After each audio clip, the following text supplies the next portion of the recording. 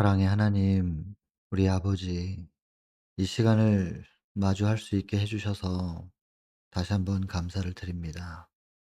세상이 너무 흉합니다. 눈에 보이는 것도 흉하고, 들려오는 소식들도 모두 다 너무나 흉합니다. 이 흉한 세상 속에서 하늘을 올려다볼 수 없는 사람들은 어찌 살까 싶습니다. 인간의 무력함 속에서 어찌할 바를 모를 때 그들의 마음속에 하늘을 기억하게 하시고 하늘을 향해서 고개를 들 수 있게 해 주시길 바랍니다. 그리고 저희들은 이런 기회에 그렇게 하늘을 올려다 보려 하는 사람들에게 할 수 있는 한 복음을 전하고 재림의 소망을 전해야 하겠습니다. 아버지, 이 시간도 우리를 인도하시는 유일한 분 말씀 하나님 살피겠습니다. 하나님, 기록된 말씀을 통하여 하나님의 마음을 더 분명히 알게 하시고 또한 길을 보게 해 주시기를 바랍니다. 길이고 진리고 생명이신 예수 그리스도를 오늘도 꼭 만나게 되기를 바랍니다. 시종을 아버지께만 의탁을 드리고 예수님 귀하신 성으로 기도드립니다. 자, 우리 지난 시간에 11절까지 했습니다. 가라사대 누가 너의 벗었음을 너에게 고하였느냐? 내가 너더러 먹지 말라 명한 그 나무 실과를 네가 먹었느냐? 다 아시면서도 계속해서 물으시고 또 불러주시고, 우리는 알죠. 그 이유를 인정하고 고백하고 자복하고 그리고 씻어 달라고 간구하고. 여러분, 이게 회개입니다. 죄에 대한 자각이 있어야 되고 죄인이라고 하는 것에 대해서 인정이 필요하고 그리고 고백해야 됩니다. 무엇을 잘못한 것인지. 그리고 자복이 이루어져야 되고 꺾여 나가는 것이죠. 그리고는 간구해야 됩니다. 우리 힘으로 벗어날 수 없고 다시 정결하게 될 수 없으니 정결케 해 달라고 간구하고 매달려야 되는 것이죠. 억지로 발을 끌어다가 씻길 수는 없습니다. 베드로의 발은 베드로가 내밀어야 되고 자신의 발이 더럽다는 것을 본인이 인정해야 되고 스스로 씻을 수 없다는 것에 대하여 인정해야 됩니다. 하나님 앞에 그 발을 내밀어야 되고 그리고 그 더러움을 씻고 정결하게 되어야만 하나님과 하나 될 수 있음을, 그렇게 하나님과 함께 되기를 원한다는 것을 하나님 앞에 고백하고 그리고는 씻어 달라고 간구해야 되는 것이죠. 그러면 이미 물을 떠다 놓고 기다리신 하나님께서 기꺼이 씻으실 텐데, 부르시는 이유, 물으시는 이유 거기에 있습니다. 그런데 아담의 대답은 무엇이었냐면 하나님이 주셔서 나와 함께 하게 하신 여자, 그가 그 나무 실과를 내게 주므로 내가 먹었나이다. 너무나 슬픈 대답이잖아요. 사랑하는 여자를 위하여 목숨을 버릴 수 있는 사람이었는데 선악과를 먹고 나서 하나님과의 관계가 끊어지자 사랑도 깨어졌습니다. 범죄 이후에 나타난 세 번째 결과입니다. 첫 번째가 뭐였습니까? 첫 번째는 자기가 하려고 하는 거, 무화과 나뭇잎을 딴 거. 두 번째는 하나님을 피하고 숨는 거. 세 번째는 사랑의 본성이 깨어졌다는 이제 증거가 나타나는 것이죠. 이 12절에서. 그래서 여자에게 책임을 전가하고 자기는 죄가 없다는 것입니다. 그리고 그 여자를 주신 하나님, "왜 이런 여자를 저한테 주셨습니까?" 하면서 자기의 죄의 시작은, 그 원인은 하나님께 있습니다. 라고 하면서 변명하죠. 그래서 본성적 죄인은 모든 것을 남 탓을 해요. 자기가 인정하지 않고. 내 문제, 나에게서 원인을 찾지 않습니다. 환경 탓이고 부모님 탓이고 가난한 형편 탓이고 누구 때문이고 무엇 때문이고 계속해서 변명. 그럴 수도 있어요. 정말 누구 때문일 수도 있고 환경 때문일 수도 있지요. 그러나 그것을 탓한다고 해서 달라질 게 없잖아요. 그리고 또 내 안에 원인이 전혀 없다고는 말할 수가 없는 것이고, 혹은 또 내 안에 전혀 그 원인이 없다고 할지라도 그럼에도 불구하고 누구 때문에 무엇 때문에 이런 형편을 당하게 된 것은 이 상황에서 나의 생각의 흐름이 말입니다. 일반적이지 않고 하늘을 좀 올려다 보라는 하나님의 초청일 수도 있다는, 우리의 생각은 그렇게 흘러가야만 할 거예요. 그래서 첫 번째는 내 안에 원인이 무엇이 있을까? 그것을 찾는 거.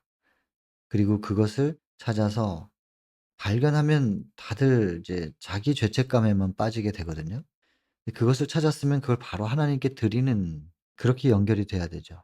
죄책감은 사단이 주는 것이고 절망과 낙담하게 하는 것은 사단이 원하는 거기 때문에 내 안의 원인을 찾고, 그리고 그것을 하나님께 바로 맡겨서, 죄된 것은 그분이 씻어 주실 거니까 그분께 드리면 되는 거고, 해결하지 못할 만한 어려운 문제점을 발견하면 그건 또 하나님께 드려서 그분의 능력이 그걸 해결할 수 있게 맡겨 드리는 것이고, 전부 하나님께 드리는 건데 그걸 하나님은 "헌신했다." 이렇게 인정해 주시니까 얼마나 감사해요.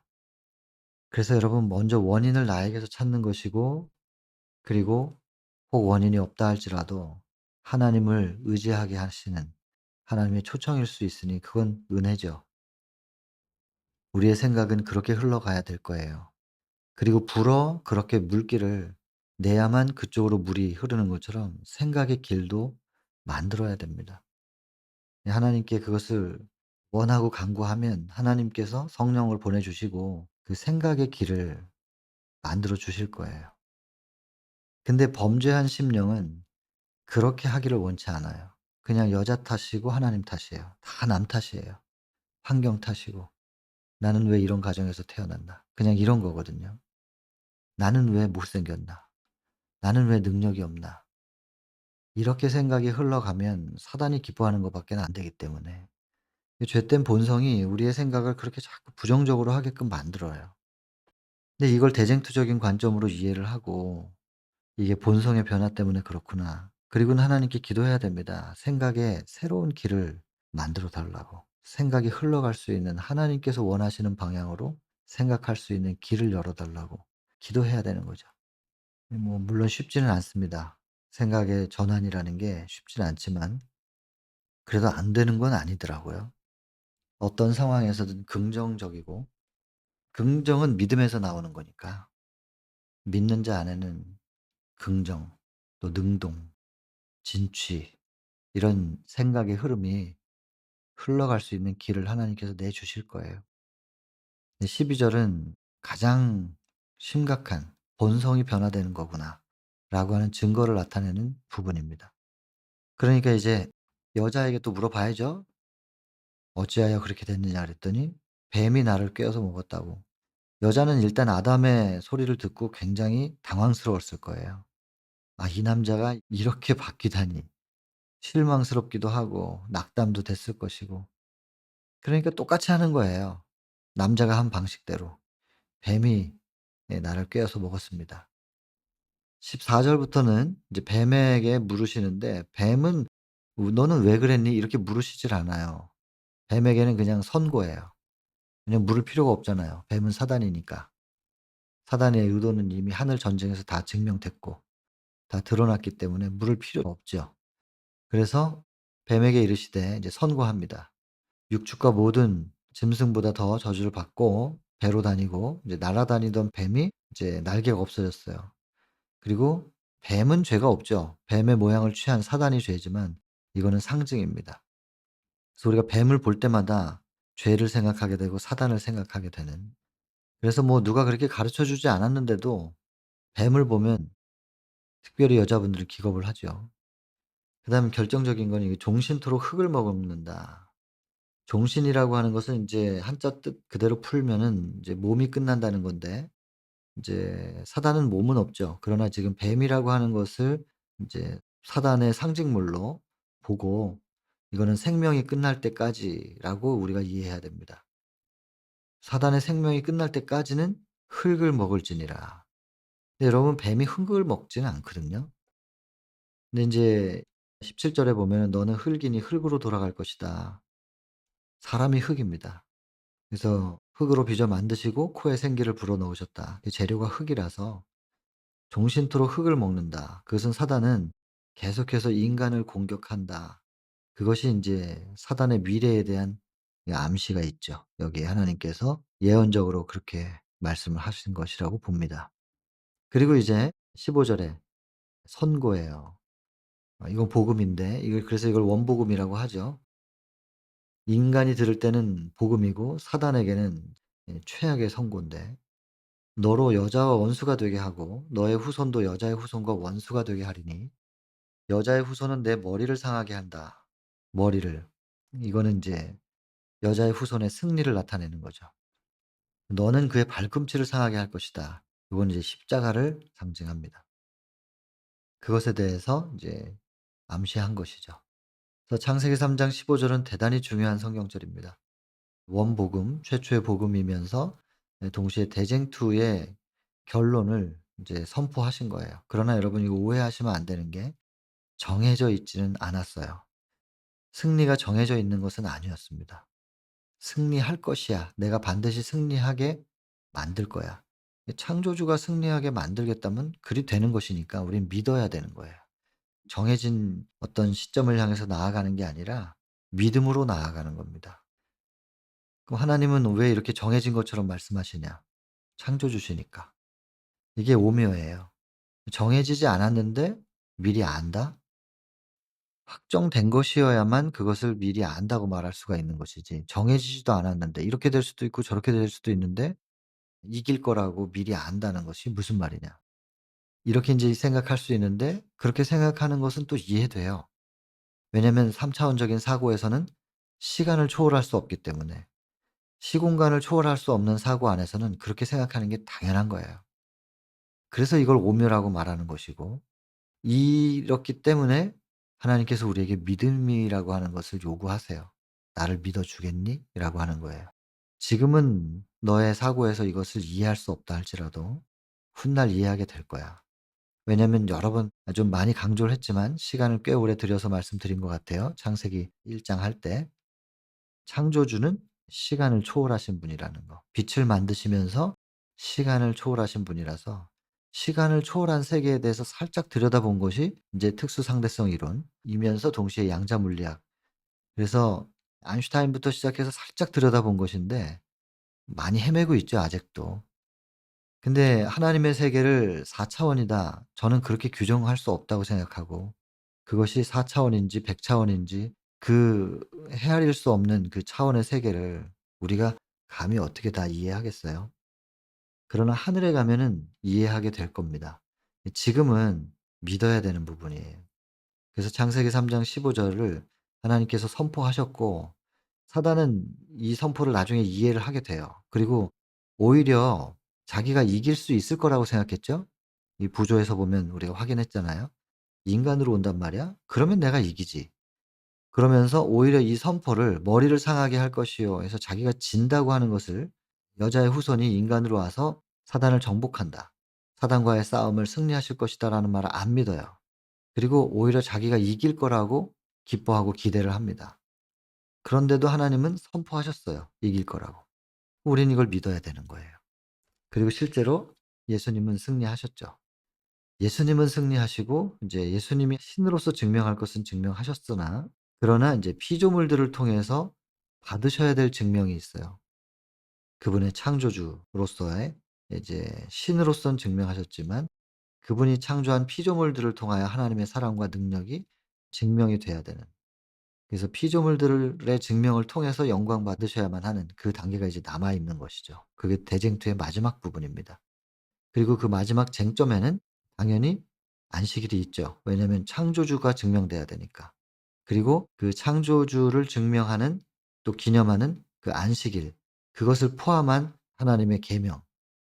그 계명의 조항, 지침 이것보다는 율법의 의미를 우리가 이야기하고 있는 것입니다 지금. 그래서 에덴에서 선악과가 율법이었던 것처럼 그건 하나님과의 관계의 문제거든요. 그래서 안식일도 하나님과의 관계의 문제예요. 창조주와 나와 무슨 관계가 있느냐. 그리고 안식일을 포함한 십 계명도 그것을 존중하는 거. 하나님만 경배하고 우상 숭배하지 않고 그 이름을 망령 때 일컫지 않으면서 안식일을 구별하고 그리고 하나님과의 관계를 통해서 공급받은 사랑으로 부모님을 사랑하고 그리고 사람을 사랑하고.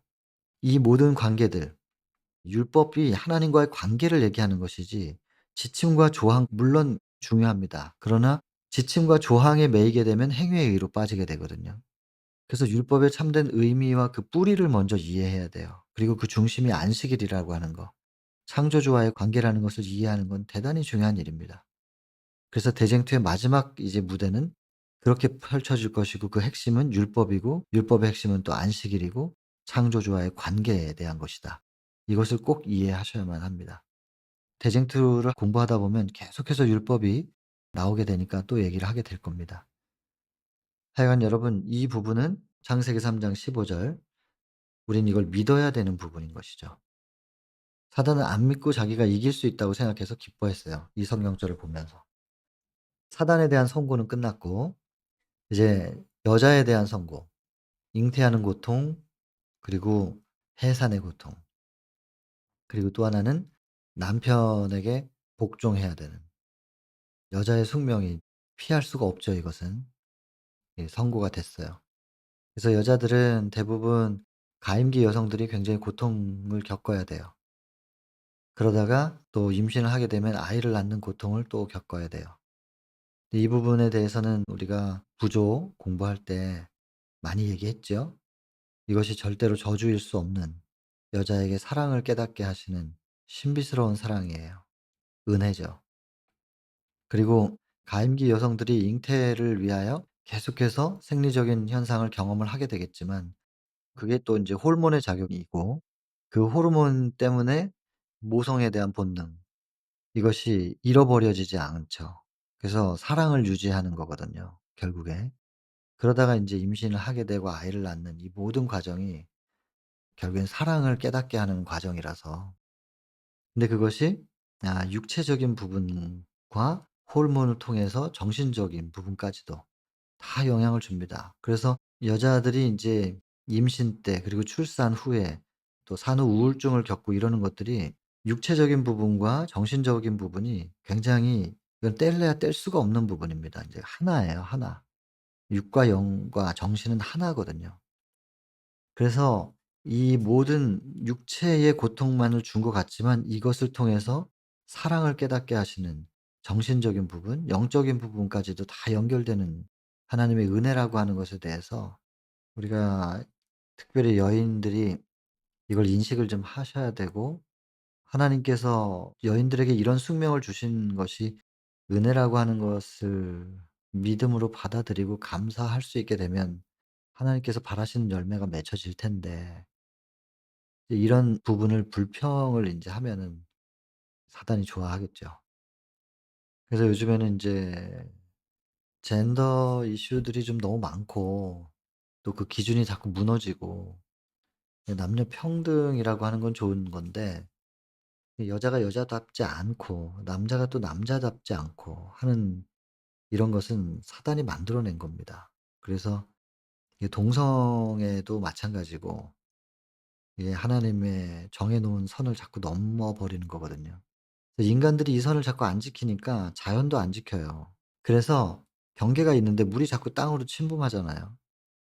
이게, 그리고 인간이 살 수 있는 이제 일정한 여러 환경들이 있는데, 온도도 그렇고 그게 선이 지켜지고 있었는데 자꾸 그런 것들이 무너져 버리는 거예요, 지금. 좀 심각하죠. 근데 이 모든 것들은 인간 때문이에요. 하나님께서 정해 주신 선을 인간이 어기면, 인간이 선악과를 먹음으로 꽃이 시들기 시작했고 나뭇잎이 떨어지기 시작했어요. 인간이 책임자, 이 그 관리자였기 때문에 인간의 선택을 통해서 온 천연계가 신음하고 있는 것입니다. 지금도 마찬가지고. 그래서 여러분, 하나님께서 여인들에게 주신 이 숙명을 은혜로 받아들이시게 되기를 바라죠. 인제 저의 바람이라기보다는 인제 이 말씀이 그걸 원해요. 물론 제가 여인의 인제 숙명을 안 겪어 본 사람으로서 뭐 말씀드리기 쉬운 건 아니지만, 그러나 말씀은 그것을 여인들에게 지금 바라고 있는 거거든요. 그리고 이제 또 남자들은 또 남자들대로 아담에게 하나님께서 선고를 하시는 겁니다. 종신토록 수고해야 된다고. 몸이 끝날 때까지는 수고해야 됩니다. 몸이 끝나기 전까지는 계속 뭐가 가시와 엉겅퀴가 올라올 거니까. 그래서 이 땅이 저주를 받았다 할 때 이 땅은 물리적인 땅을 얘기하는 것은 틀림없습니다. 동시에 이거는 마음밭을 얘기합니다. 이게 나중에 23 절에 보면 나오는데 "에덴에서 나가서 너의 근본된 토지를 갈아라." 근본된 토지. 그냥 토지를 갈고 살아라 하면 농사짓고 살라는 뜻이에요. 그러나 아벨은 농사짓는 자가 아니었거든요. 양치는 자였지. 그 농사짓고 살라는 의미였으면 모두가 다 농사를 지어야 되는 거예요. 그러나 그 23 절에 토지를 갈면서 살으라고 하는 그 명령이 농사짓고 살라는 말로만 적용되면 안 된다는 것이 바로 아벨한테서 나타나는 거예요. 창세기 4 장에 보면 가인은 농사하는 자였고 아벨은 양을 치는 자였어요. 그러니까 3장 23 절에 "토지를 갈라."라고 하는 것이 농사만 짓고 살라는 그런 의미가 아니라고 하는 것입니다.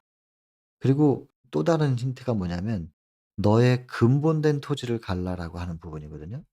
여기 보면 "그의 근본된 토지를 갈게 하셨다." 근본된. 이 근본된이 뭐예요? 창세기 2장 7 절에서 흙으로 빚어 만들어졌거든요. 우리를 갈고 닦으라는 거예요, 우리를.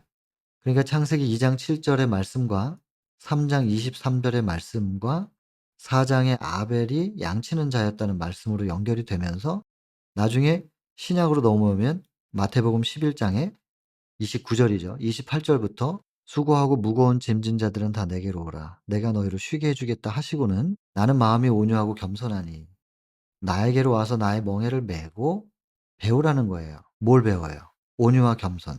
온유와 겸손은 믿음과 사랑이었어요. 시대의 소망 할 때 해 드렸으니까 다시 설명 안 하겠습니다. 혹시 궁금하신 분들은 시대의 소망 34장 초청장을 유튜브에 올려져 있는 거 보시면 이제 설명이 되어 있으니까 확인하시면 되겠습니다.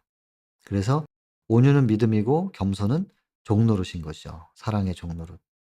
근데 그것을 무엇을 메고 배우라고 했냐면 멍에를 메고 배우라 그랬단 말이에요. 멍에는 밭 가는 도구잖아요. 밭을 갈 때 멍에를 메고 그 뒤에 쟁기가 연결돼 있고 그 멍에를 메고 나아가면 밭이 갈려지는 거잖아요. 온유와 겸손은 믿음과 사랑, 그 결국 믿음으로 말미암는 의의 얘긴데 믿음의 의, 마음밭을 가는 거예요. 믿음으로 의가 이루어지는 마음밭이 믿음의 의가 어디서 이루어져요? 우리 마음에서 이루어지고 그것이 우리의 삶으로 표현되는 거고 그게 곧 예수의 증거거든요. 근데 그것을 멍에를 메고 배우라고 하는 것은 마음밭을 가는 건데 결국 창세기 아까 말씀드렸던 2장 7 절부터 흙으로 빚어 만들어진 흙이고 3 장의 근본된 토지이고 그리고 4 장의 아벨의 직업과 연결되면서 '이것이 꼭 물리적인 땅을 갈고 농사만 짓고 살라는 얘기는 아니구나.'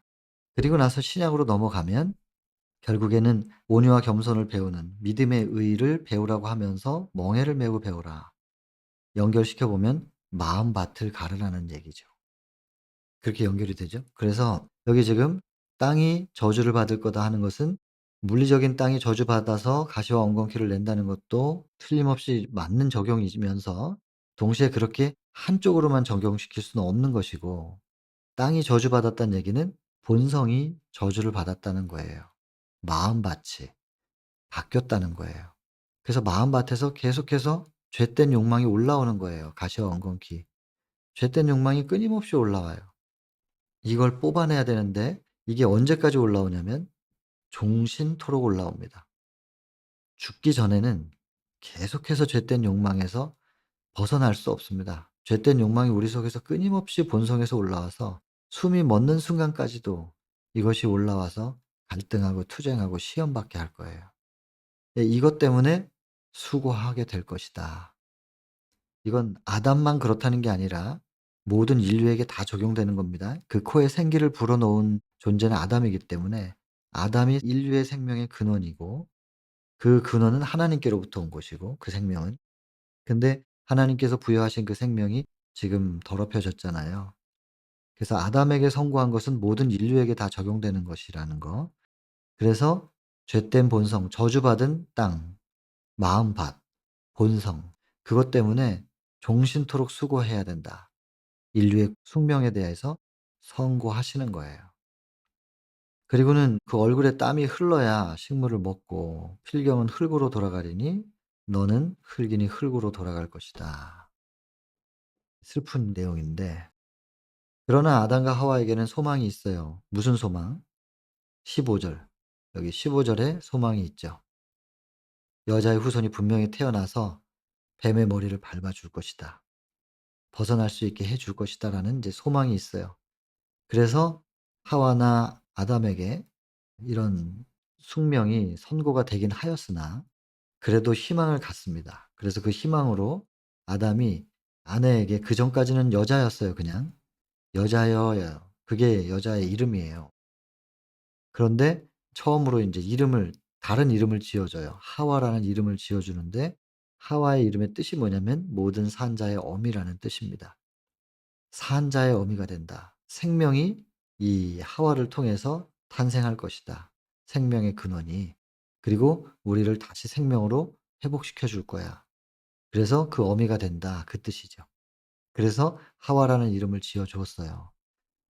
그리고 이제 에덴에서 나가서 첫 아들을 낳았을 때 가인을 낳는데, 그 가인이라는 이름의 뜻이 뭐냐면은 얻었다라는 거예요. 얻었다. 아담이 아이를 낳는데 아들이거든. 그 아들을 얻고 여자의 후손이라고 생각한 거예요. 메시아라고 생각한 거예요. 그래서 그 첫 아들에게 이름을 뭐라고 붙이냐면 그 약속을 얻었다라는 거예요. 아까 15 절에 약속하신 여자의 후손을 내가 얻었다. 그 이름이 가인이니까. 가인을 통해서 다시 에덴으로 들어갈 거라고 생각하고, 그 가인을 얼마나 그냥 애지중지 키우는지, 교육이 제대로 안 돼 가지고요. 가인이 자기밖에 모르는 거예요. 그래서 인제 또 다른 슬픈 역사가 인제 다음 장부터 나와요. 4 장부터 나오게 되는데, 자식 안 귀한 부모 있어요? 자기 자식 귀하지 않은 부모가 어디 있어요. 그러나 귀하다고 귀하게만 다루면, 교육하면, 또 양육하면 자기만 귀한 줄 알죠. 요즘은 하나 밖에 잘 안 낳으니까. 뭐 얼마나 귀해요. 그러나 귀하다고 귀하게만 키울 수 없다는 것은 성경에서 우리가 배우는 겁니다. 자녀의 어떠함은 부모님이 본인의 교육 철학이나 인생관, 가치관, 이것에 대해서 돌아보라고 하는 하나님의 큰 거울입니다. 그렇게 생각이 되어집니다. 자녀는 그냥 부모의 거울이고 얼굴이다. 그리고 부모의 인생이다. 그렇게 보여져요. 그래서 시작하는 부모들은 대쟁투적인 관점으로 자녀를 교육해야 되고, 몰랐었다면, 내가 몰랐었다면, 모른 것은 죄가 아니잖아요. 몰랐는데 어떻게 해. 그래서 대쟁투적인 관점으로 아이들을 교육하지 못했다면 몰랐던 것에 대하여 하나님 이제부터라도 알게 해 달라고 하고, 그리고 몰랐던 것은 죄가 아니니 하나님 그 몰랐던 부분들은 하나님께서 좀 채워 주십시오. 내가 몰라서 그랬습니다. 이렇게 하면은 외면하실 하나님이 아니잖아요. 그건 네 잘못이니까 네가 책임져, 이러실 분이 아니잖아요. 하나님께 매달려야 됩니다. 그래서 성경과 대쟁투적인 공부를 하신 분들은 그런 관점으로 자녀 교육도 해야 될 것이고, 알고 한 거니까 그건 책임이 또 따를 거예요. 몰랐다면 몰라서 보냈던 그 시간들에 대해서는 하나님께 그걸 맡겨야 되는 겁니다, 믿음으로. 그리고 지금부터는 대쟁투의 관점으로 살아가시면 되고 자녀들에게 그렇게 대하시면 되는데, 이미 형성된 자녀들의 어떤 밑그림이 좀 있잖아요. 그 부분을 하나님께 맡겨 드릴 때 시간이 좀 걸리겠지만 반드시 하나님께서 역사하실 겁니다. 그러니 이렇든 저렇든 믿음으로 살아가 볼 일이죠. 그리고 하나님께서 어떻게 책임을 지시는지를 믿고 기대하면서 가는 겁니다. 그래서 내가 몰랐던 시간 때문에 혹시 자녀에게서 지금 나타나는 의의 모양이 아닌 것들이 있을 때 부모로서 가슴 아프죠. 지금 인제 신앙을 배운 부모는. 그러나 너무 낙담하지 마시고 소망을 가지시고요, 믿음으로. 하나님께 맡기세요. 그리고 어머니의 기도를 하나님께서 가장 빨리 응답하실 수밖에 없대요. 왜냐면 하나님은 사랑에 약하시거든요. 그래서 여자가 기도하면 그냥 그 개인의 기도겠지만, 어머니의 기도다? 그 어머니의 기도라고 하는 것은 자녀를 위해서 기도할 때만 성립이 되는 표현이잖아요. 어머니의 기도. 그러니까 어머니의 기도에는 사랑이 있어요. 이 세상을 지금 유지시키는 유일한 사랑이 모성인데, 모성 때문에 아직은 버티는 거잖아요, 이 세상이. 그러니 그 사랑의 기도를 드릴 때 하나님께서 외면하실 수 없거든요. 그러니 여러분, 절대로 소망을 가지십시오. 몰랐던 시간들에 대해서 후회하기보다는 오늘의 믿음으로 확신하시고 내일을 향해서 꼭 발을 아주 힘차게 내디디셔야 됩니다. 모든 사한자의 어미가 된다. 굉장히 의미심장한 이름이죠. 하와라는 이름을 지어 줬어요. 그리고 나서 하나님이 또 창세기 3장 15 절에 약속을 주셨으면서 약속만으로 하나님께서 마무리를 못 지으시는 분이시라는 거 참 따뜻해요. 가인이 여자의 후손이 아니야.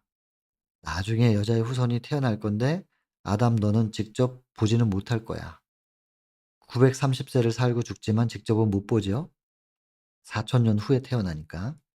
그러나 아담이 계시를 통해서 봅니다. 나중에.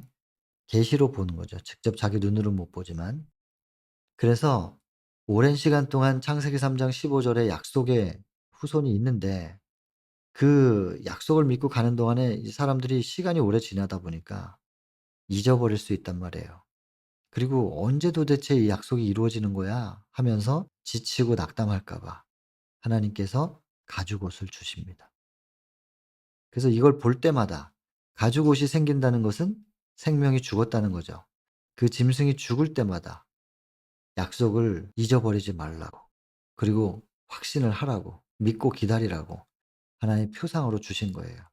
그래서 어린 양의 죽음과 가죽옷, 이것을 주신 것입니다. 그리고 실제 우리가 시대소망에서도 공부했지만 침례 요한이 이제 외치잖아요. "회개하라 천국이 가까웠다." 이제는 가까이 온 거예요. 그 천국이 뭐 물리적 천국이라면 지금 그 천국이 가까이 왔다 그랬는데 2000 년을 아직도 안 왔어요. 그것도 거짓말이잖아요. 기만하는 거고. 기만이 아니고 그 천국이 뭐냐면 곧 예수님이셨고 그 침례 요한의 "천국이 가까웠다."라는 그 외침이 나사렛의 궁벽한 시골에도 도달한 거예요. 그리고 그 소리를 듣고 예수님께서 '나를 부르는 소리구나.' 하고 나아가십니다. 그러면 그선 이제 공생애가 시작된 거잖아요. 그래서 그 천국은 예수님을 상징해요. 그래서 그 천국이 나중에 인제 부조 4장 다음 장에 보면은 예수님께서 이 땅에 오셔서 구속의 경륜이잖아요. 그 챕터가 예수께서 오셔 가지고 "잃어버린 나라를 회복시키실 것이다." 이런 표현이 등장합니다. 그 나라라고 하는 것은 집합명사만으로 적용될 수가 없어요. 사도행적 1 장에서 우리가 예전에 봤지만 교회라고 하는 것이 하나의 집합명사로 준 게 아니잖아요. 그래서 조직이나 건물이나 또 물이나 이런 것을 얘기하는 게 아니라 물론 그것이 포함됩니다. 조직이고 집합명사로도 적용이 되지만 동시에 하나의 개인, 개인도 교회라고 하는 개념을 사도행적 1 장에서 우리가 갖게 됐잖아요. 그래서 바벨론을 위해서 하나님께서 교회를 세우셨어요. 그게 다니엘이 했고 그리고 애굽을 위해서 교회를 세우셨는데 그것이 요셉이었잖아요. 그 교회를 통하여 복음이 전달되는 거죠. 그래서 교회의 기능이 뭐라 그랬습니까? 사도행적 1 장에는 딱 하나 밖에 없습니다. 인류의 구원. 인류의 구원을 위해서만 존재하는 것이 교회입니다. 그래서 제목이 그거잖아요. 교회를 향한 하나님의 목적. 목적이 뭐냐? 구원이거든요. 구원을 위해서는 복음이 전해져야 되고 복음의 통로로서 역할을 하는 것이 교회의 존재의 이유죠. 그런 것처럼 그 교회는 그래서 하나의 집단을 얘기하는 집합에 대한 명사적인 표현 그런 단어이면서 동시에 개인에게도 적용된다. 하나님의 나라라는 것도 마찬가지입니다. 나라라고 하는 것은 백성들이 있어야 되니까 하나의 집합 명사일 수도 있어요. 그러나 예수 그리스도를 마음속에 모신 하나님이 임재하고 계신 곳이 인제 나라인데 나라가 성립되려면 세 개가 있어야 되잖아요. 영토가 있어야 되고 백성이 있어야 되고 주권이 있어야 됩니다. 영토라는 것이 마음밭이에요, 영적으로. 백성은 나예요. 그리고 주권은 하나님께서 오셔서 주시는 거예요. 이것이 딱 성립이 되면 나라가 되는 건데 그 나라를 회복시킨다라고 하는 것은 개인의 마음속에 있는 마음의 천국의 회복을 같이 의미하는 거라는 거죠. 큰 범위의 나라라고 하는 단어가 그렇게도 적용되겠지만 개인에게도 적용되는 교회도 똑같은 거고요. 그런 것처럼. 그래서 침례 요한이 "회개하라 천국이 가까웠다." 할 때 그 천국의 의미가 곧 예수 그리스도를 상징하는 것이라는 거. 그래서 지금 2000 년이 지났지만 그 천국이 아직도 안 왔다면 사기인데 사기가 아닌 것은 그 예수님을 상징하는 거고 그 나라는 그 예수님을 마음속에 모신 사람들의 마음속에는 천국이 회복되는 거거든요. 그런 것처럼 말입니다. 지금 창세기 3장 15 절에 약속을 주어 줬지만 4천 년 후에나 이루어질 일이란 말이에요, 실제적으로는. 그렇다고 그냥 4천 년을 마냥 기다려라 하시는 게 아니라니깐요. 어린 양을 주셨고, 그리고 어린 양의 죽음을 통해서 가죽옷이 만들어지게끔 그렇게 하셔서 4천 년 후에 오실 예수님이지만 지금 내 마음속에 모실 수 있도록, 훗날 우리가 천국에 가겠지만 지금 내 마음에 천국이 이루어질 수 있도록 하신 것처럼 똑같아요. 이 당시 아담에게도 4천 년 후에 예수님이 오실 거지만, 그러나 지금 내 마음속에 그 약속된 여자의 후손을 마음에 모셔 드릴 수 있도록 하는 장치, 그 표상으로 가죽옷을 주신 것입니다. 결국엔 똑같은 거죠. 예수님을 마음속에 모셔 드려라 하는 것처럼 어린 양을 죽여서 피 흘려서 제사할 때마다 그 어린 양의 죽음을 통해서 만들어지는 가죽옷을 마음에 덮고 있으라는 얘기예요. 마음밭에 이 가죽옷을 딱 덮어 놓고 있으면 어떤 일이 벌어질까요? 가시와 엉겅퀴, 이거 못 올라오잖아요. 그래서 제가 자주 말씀드리지만 그 밭에 우리가 원하는 알곡의 씨를 뿌려 놓으면 거의 10중 8 구는 우리가 원하는 알곡의 씨가 싹 터서 자라는 속도보다 잡초가 자라는 속도가 훨씬 빨라 가지고 그냥 덮어 버립니다. 그리고는 우리가 원하는 작물이 잘 안 자라게 만들죠. 그래서 어떻게 해요? 밭을 잘 일궈 놓고 그냥 덮어 버려요. 그래서 무슨 비닐로 덮거나 아니면 천으로 덮거나 해서 덮어 온 다음에 밭 고랑이 있고 두덕이 있잖아요. 거기에 인제 구멍을 뚫어 가지고 우리가 원하는 알곡의 씨만 뿌릴 수 있도록 아주 작은 구멍을 뚫습니다. 그런 구멍에다가 딱 씨를 뿌려 놓으면 거기서만 싹이 트고 자라나는, 나머지 부분에서는 잡초나 엉겅퀴나 가시가 올라오지 못하게 덮어 버리는 거죠. 똑같지 않겠어요? 이 가죽옷으로 우리의 마음밭을 덮으라는 얘기예요. "추우니까 옷 입고 있어." 이 의미도 있지요. 그런데 동시에 이 속에 담겨 있는 의미 말입니다. 표상적 의미를 우리는 같이 이해해야 돼요. 항상 적용이 한쪽으로만 적용되지 않는다는 거. 그래서 이중 적용이 있고 또 삼중 적용이 있고, 그런데 여러분, 이 가죽옷이라고 하는 것은 몸을 보호하고 따뜻하게 하는 것이면서 동시에 마음밭을 덮으라고 하는 것입니다. 몸만 덮는 게 아니라 마음밭도. 그래서 가시와 엉겅퀴가 죄된 본성이 올라오지 못하도록 가죽옷으로 딱 덮어 놓으라고 하는 거죠. 가죽옷이 우리 마음밭에 덮여 있는 한 가시와 엉겅퀴의 충동은 있을 수 있지만 그게 싹트고 자라지 못합니다. 그래서 이 죄된 본성을 사단이 흔들어 가지고 충동시키고 시험할 수는 있어요. 유혹할 수도 있고. 사단이 그렇게 하겠지만 가죽옷이 제어하고 있는 이상 그것이 절대로 열매 맺지 못합니다. 우리가 할 일은 뭐냐면 이 충동과 싸우는 게 아니에요. 못 이겨요. 우리가 이길 수 없다는 것을 하나님께서 이해하신다고 부조에도 여러 번 설명을 했잖아요. 본성이 바뀌어 가지고 스스로는 이길 수 없다. 4 장에서 보면 구속의 경륜 그 챕터에서 또 한 번 얘기합니다. 우리가 스스로 그 본성, 죄된 본성을 제어할 수 없다는 거.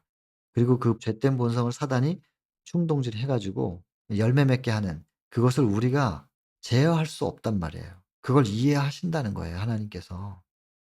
그걸 가지고 인상 쓰고 화내고 그러지 않는단 말이에요. 본성의 연약함을 아시고 측은히 여기시는 하나님이란 말이에요. 이게 너무 따뜻하지 않습니까? 본성의 죄, 이건 내가 지은 것도 아니에요. 실은 아담으로부터 유전받은 거지. 그것 때문에 내가 괴로워할 때, 그리고 죄의 열매가 생겼을 때 하나님께서 그냥 인상을 쓰시고 찌푸리시고 분노하시지 않는단 말이에요. 불쌍히 여기시는 거예요. 얼마나 힘드냐고. 너도 그러고 싶지 않았는데 그게 충동이 그렇게 올라오니 네가 얼마나 힘드냐. 그 측은히 여기시는 하나님의 마음을 우리가 그걸 이해를 해야 되는데, 여러분, 하나님께서 본성을 책망하지 않으십니다. 내가 선택한 게 아니니까. 그건 유전받은 겁니다. 그러니깐 제 잘못이 아니고요. 저의 죄가 아니라고요. 본성의 죄는 내 죄가 아니에요. 그거 가지고 책망하시는 분이 아니에요. 불쌍히 여기시는 분이지. 저것 때문에 괴로워하니 보통은 본성의 죄대로 그냥 살아요. 근데 우리는 본성의 충동에 지금 싸워야 되고 그걸 투쟁해야 되니까 그 힘든 것을 하나님께서 긍휼히 여기시는 분이라는 거죠. 책망하시는 분이 아니라고요, 절대로. 죄책감은 사단이 주는 거예요. 그 죄책감에 짓눌리지 마셔야 돼요. 그래서 가죽옷을 주신 거예요. 그러니 여러분 본성과 싸우려고 하지 마시라고요. 어차피 싸워도 못 이겨요. 누구도 못 이겨요. 겉모양은 괜찮은 척 할 수 있어요. 내 속에서 일어나는 본성과의 투쟁을 사도 바울도 이기지 못했던 거예요. 근데 그것을 죄라고 생각을 안 했기 때문에 그것과 투쟁해야 된다는 생각을 아예 배운 적이 없어요, 그것을. 그래서 내면에서 사랑이 회복돼야 되는 품성의 회복이나 이런 것에 대해서 배운 적이 없어요. 그 당시에 교리는 구원의 도로는. 그러니까 겉모양만 괜찮으면 되는 줄 알아요. 그러니까 빌립보 3장 6 절에서 그렇게 말한 거예요. 율법의 의로는 나는 흠이 없는 자였다고. 그 당시에 율법이 뭔데요? 행위의 의잖아요. 경건의 모양이잖아요. 누가 나를 행위의 의로 경건의 모양으로 흠잡겠느냐. 나는 완전한 자다. 이렇게 스스로 생각했었던 사람이라고요. 근데 그것이 내면에 회복돼야 될 것이 있다고 하는 것을 나중에 깨달아요. 그래서 로마서 7장 9 절에 그렇게 쓴 거예요. 전에 내가 법을 모를 때는 내가 의롭다고 내가 살아 있었다. 근데 진짜 계명을 내가 만나 보니 계명이 나에게 이르매 나의 죄는 드러나고 '아 이게 죄였구나.'라는 것이 드러나고 '내가 의롭다고 생각했던 나는 죽었도다.' 이렇게 고백하는 거란 말이에요. 아예 몰랐어요 그거를. 내면에서 무엇이 이루어져야 되는지를. 근데 하나님께서는 처음부터 창세기를 통해서 이 가죽옷을 주시면서 내면을 이걸로 덮어. 너 스스로는 해결할 수 없는 그 본성을 가죽옷이 덮어버리면 가시와 엉겅퀴가 자라지 못하고 절대로 열매 맺지 못해. 내가 해 줄게. 그러니까 가죽옷이 너의 마음밭을 덮어 놓고 있을 수 있도록 그냥 붙잡고만 있으면 돼. 가죽옷을 딱 붙잡고만 있으면 돼. 본성과 싸우려고 하지 말고 가죽옷을 붙잡아. 그게 믿음이야. 너는 믿기만 하면 돼. 나머진 내가 해 줄게. 이렇게 창세기에서부터 이미 구원의 도를 명확하게 주셨다고요. 가죽옷. 가죽옷이 의미하는 것이 무엇인가? 본성의 제어이고 본성의 제어는 내가 싸워서 하는 게 아니라 내 의지로 하는 게 아니라 믿음으로 되는 것이다. 그리고 '믿음으로 이런 게 되어지는 거네.'라는 걸 경험으로 알라는 거예요. 그게 믿음으로 말미암는 의의 경험적 이해예요. 절대로 내가 한 게 아닌 믿어서 이루어지는 의. 이것은 이론이나 지식일 수 없다. 경험과 체험이다. 와이프인이 그렇게 얘기했잖아요. 첫째 천사, 둘째 천사. 첫째와 둘째를 포함한 셋째 천사의 기별. 하나님의 인을 어떻게 받는가? 창조주를 경배함으로, 창조주를 믿는 믿음으로 말미암아 바벨론이라고 하는 자아에서 벗어나서 이기에서 벗어나서 이타가 되고 사랑이라는 걸 할 수 있게 될 때 내가 내 자식이라고 하는 인을 치어 줄 거야. 그러니까 첫째와 둘째를 포함한 셋째 천사의 기별. 이것은 믿음으로 말미암는 의다. 절대로 인간의 의지나 행위로 이루어질 수 있는 게 아니다.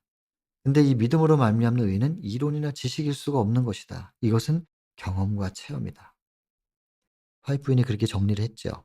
계시록의 이야기를 세 천사의 기별을. 근데 이것이 창세기부터 선포된 얘기란 말이에요. 가죽옷을 통해서.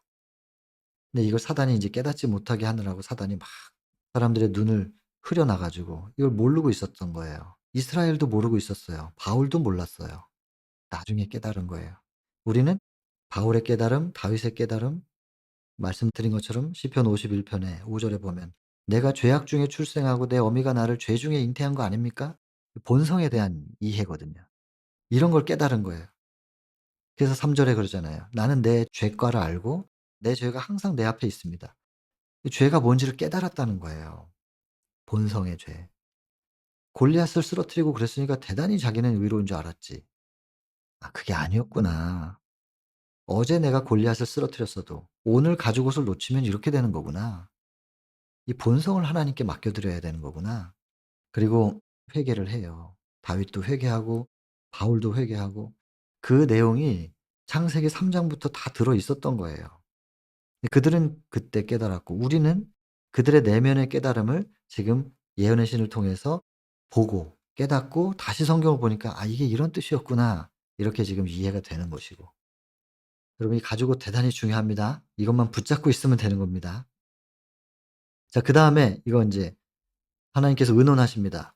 선악을 아는 일에 우리 중 하나같이 되었고 그래서 인제 생명나무 실과 따먹고 영생할까.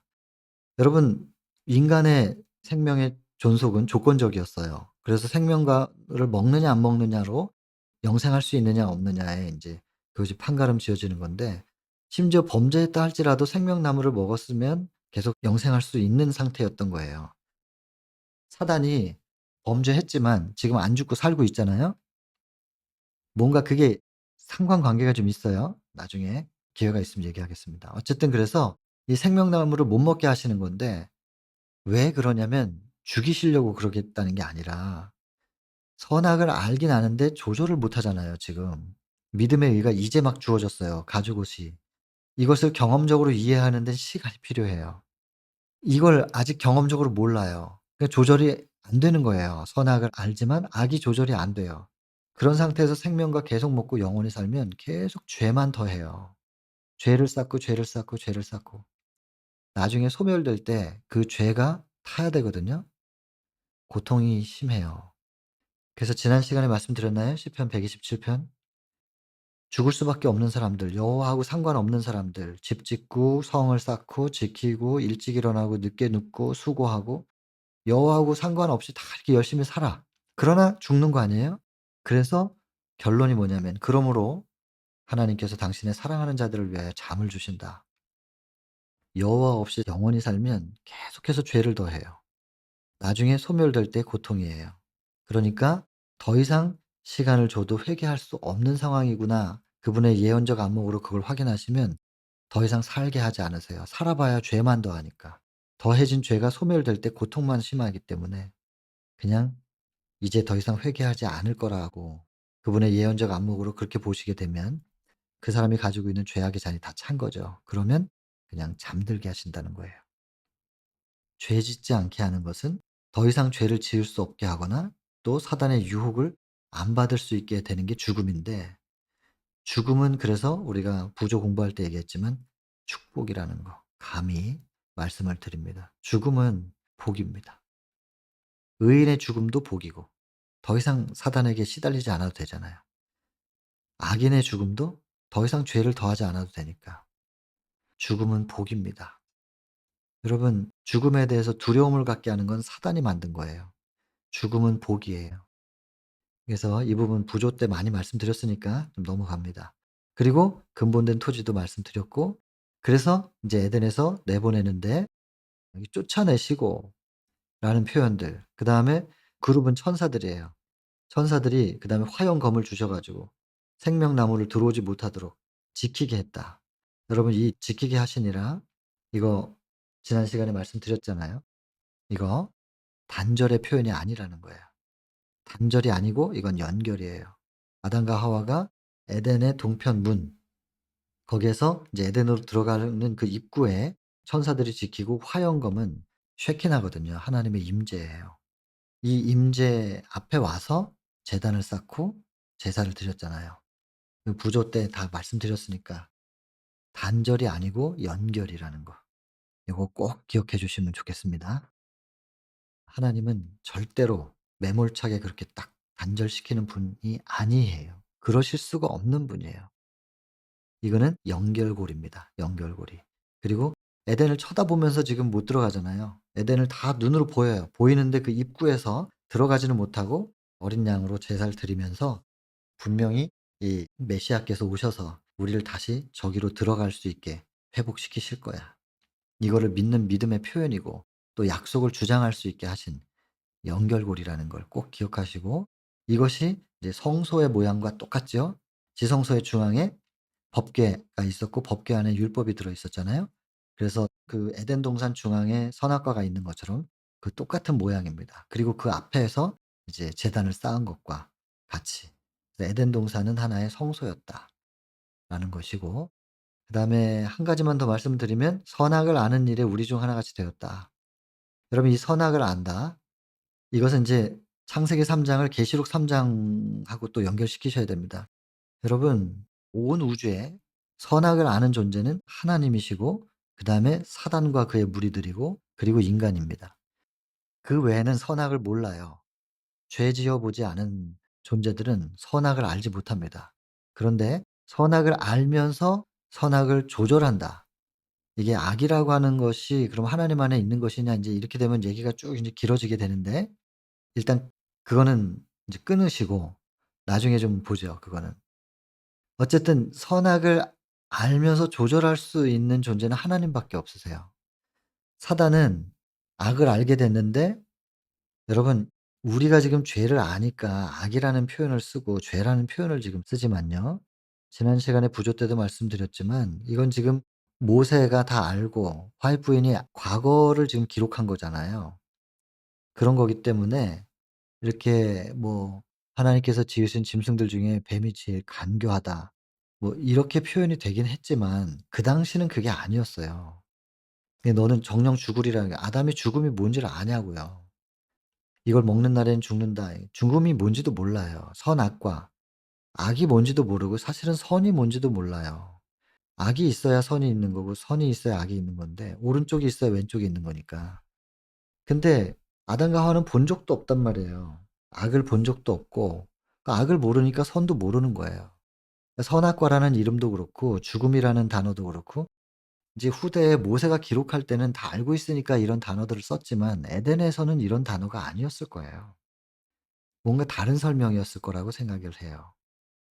그래서 여러분 이걸 지금 '하나님 안에 악이 있다니 그게 말이 되나?' 이렇게 생각하지는 마세요. '하나님 안에 죄가 있다니 이걸 조절하실 분이지 죄가 있는 거였나?' 이렇게 생각하시면 이게 오묘에 해당하는 부분이라 죄의 뿌리에 대해서 연구하지 말라 그랬단 말이에요. 결국 연구하면 어떻게 되냐면 하나님께로 가요. 그래서 아담처럼 말하게 돼요. "왜 저 여자를 주셨나요?" 하나님께 책임을 묻게 되는 거예요. 이거는 하늘 가서 풀어야 될 오묘에 대한 부분인 거예요. 그래서 이 선악을 안다. 하나님이 안다. 하나님은 악도 품고 계시는 분이신가. 이렇게 생각하면 굉장히 위험해진다고요. 그래서 이 부분은 생각을 그냥 끊으세요. 오묘에 대한 부분은. 하늘 가서 푸는 거니까. 다만 여기서 지금 제가 드리고 싶은 말씀은 선악을 아는 일에 우리 중 하나가 치렸다 그러면 하나님은 선악을 아신다는 거잖아요. 근데 알지만 이게 조절이 돼요. 근데 사단과 루스벨과 그의 동조자들은 알긴 알면서 조절을 못 해요. 그래서 사단이 됐어요. 인류가 지금 선악을 알게 돼 버렸잖아요. 죄를 지으면서 알게 됐는데 이 상태로 계속 있으면 그냥 사단처럼 되는 거고요. 근데 나중에 우리가 이 선악을 알면서 믿음으로 말미암는 의를 통해서 이걸 조절할 수 있게 돼요. 그죠? 그리고 이걸 해결할 수 있게 돼요. 그리고 우리는 하늘에 가요. 그러면 라우디게아 교회에게 보낸 권면에 보면은 21 절에 그렇게 표현되어 있잖아요. 예수께서 말씀하시길 "내가 싸워서 이겨서 하나님 보좌 옆에 앉은 것처럼 이 땅에서 싸워 승리한 자들을 나의 보좌 옆에 앉게 하리라." 그러면 하나님 보좌 옆에 예수님이 계시고 예수님 보좌 옆에 우리가 있게 되는 거예요. 하나님의 레벨이 돼요. 왜 그런가? 왜 그러냐면 온 우주에 선악을 알면서 조절할 수 있는 존재는 하나님밖에 없었는데 우리가 하나님처럼 된 거예요. 선악을 아는데 조절할 수 있게 된 거예요. 사단도 그걸 못 했어요. 근데 구원받은 사람들은 선악을 알면서 그걸 조절할 수 있게 돼 버렸기 때문에 온 우주에 하나님밖에는 못하던 그것을 우리가 할 수 있게 된단 말이에요. 그래서 하나님 레벨이 된다니까요. 예수님이 인간으로 오셔서 우리와의 투쟁을 똑같이 겪으셨고 그리고 승리하셔서 하나님 보좌 옆에 앉으신 거예요. 라우디게아 교회에게 보내는 권면을 통해서 기별을 깨닫고 구원을 받으면요. 계시록 3 장에 20절 보면 두드리잖아요. 마음문 열어 주면 들어오셔 가지고 그분이 싸워 주신 거예요. 그분이 가죽옷으로 덮어서 이겨 주신 거예요. 근데 그 승리를 우리가 싸워서 이긴 것이라고 그냥 그렇게 인정하세요. 그러니까 나중에 하늘에 가면 우리가 면류관을 다 그분께 다시 드린다 그러잖아요. 우리가 싸운 게 아니라 하나님이 하신 거잖아요. 그러면서 하나님은 우리가 이겼다 그러고 잘 싸웠다고 수고했다 그러고 우리는 "이건 하나님께서 하신 겁니다."라고 하면서 면류관을 그분께 다시 되돌려 드리는 이런 건데 결국엔 승리한 자들을 예수님 보좌 옆에 딱 앉게 하신다는 거죠. 그럼 하나님 보좌 옆에 예수님, 예수님 보좌 옆에 우리. 이게 왜 이렇게 인정을 받게 되는 거냐면 하나님처럼 된 거예요 진짜로. 천사처럼 만들려고 하셨어요 처음에 창조할 때는. 근데 하나님 족속이 되는 거죠. 선악을 알면서 조절할 수 있게 되는 거죠. 루스벨도 그걸 못 했는데. 그래서 여러분 이 '선악을 아는 일에 우리 중 하나같이 되었다.'라고 하는 이 의미가 슬픈 얘기만은 아니에요. 이게 물론 슬프지요. 이렇게 돼 버렸으니까. 그런데 루스벨은 조절을 못해서 사단이 돼 버렸지만 믿음의 의를 경험을 통해서 이걸 조절할 수 있게 되면 우리가 이제 하나님처럼 된다. 어떻게 보면은 사단이 유혹할 때 선악과 먹으면 그렇게 된다는 말이 씨가 되었는지 그것이 슬픈 얘기로만 끝나지 않고 하나님께서 역전시키셔 가지고 우리를 나중에 그렇게 높이실 것입니다. 그것이 우리가 무엇을 상상하든 간에 그 이상일 거예요. 그리고는 라오디게아 교회에게 마지막 마무리를 하죠. 22 절에. "교회들이여 제발 귀가 있으면 성령이 교회를 향해서 하는 이 말씀을 들을지어다." 이 복된 복음의 소식을 제발 좀 들어라. 그리고 마무리를 짓는단 말이에요. 그래서 22절 이 "선악을 아는 일에 우리 중 하나같이 되었다." 이 표현도 창세기 3 장과 계시록 3장 이것은 이렇게 연결시켜서 생각을 좀 하게 됩니다. 아주 깊이 좀 보게 되는 부분이죠. 자, 창세기 3장 이렇게 마무리했고요. 1 절부터 24 절까지는 가급적이면 외우십시오. 그래서 각 절마다 의미하는 게 뭔지 꼭 외워서 그냥 계속 1 절, 2 절, 3절 이렇게 외우시면서 묵상할 거리들이 너무너무 많잖아요. 창세기 3 장만 이 속에 담겨 있는 구원의 도만 다 이해하셔도 대쟁투의 핵심이 이 안에 다 들었기 때문에 대쟁투에 대한 이해나 인제 싸워 나가는 데 있어서 큰 도움을 받으실 거예요. 창세기 3 장. 굉장히 중요합니다. 그리고 부조 3 장과 4 장. 다음 시간에 할 구속의 경륜이란 챕터까지 묶어 가지고 부조 3 장, 4 장을 묶어서 창세기 3 장으로 이해하시면 됩니다. 그리고 창세기 1 장, 2 장은 부조 2 장과 연결시키면 됩니다. 그렇게 해 가지고 이해하시면 아주 큰 도움이 되실 거라고 생각합니다. 개인기도 하고 마치겠습니다.